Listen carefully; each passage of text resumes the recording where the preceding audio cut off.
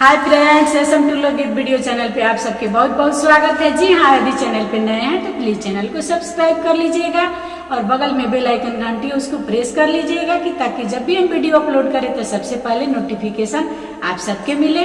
तो चलिए आप सबके बीच हम एक बहुत सुंदर मैदान जी संगे नाई गुजारा बलमुआ वारा निकल गए हो, सैया संगे नाई गुजारा बलमुआ वारा निकल गए हो।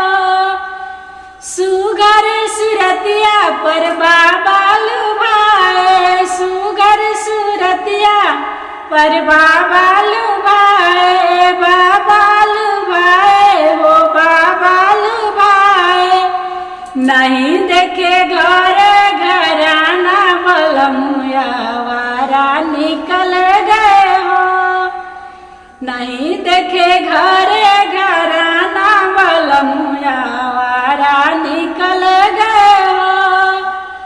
सैया संगे नहीं गुजारा बलमुआ वारा निकल गए हो, सैया संगे नहीं गुजारा बलमुआ वारा निकल गए। बात करे राजा हो रब खरब के, बात करे राजा हो रब खरब के।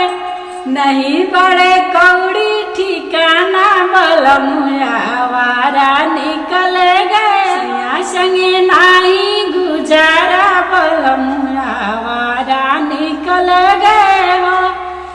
अपना के समझे हो ड्यूटी कमिश्नर, ड्यूटी कमिश्नर हो ड्यूटी कमिश्नर। पढ़े लिखे से आना बलमुआ वारा निकल गए हो, बिना पढ़े लिखे से आना बलमुआ वारा निकल गए हो। सैया संगे नहीं गुजारा बलमुआ वारा निकल गए हो, सैया संगे नहीं गुजारा बलमुआ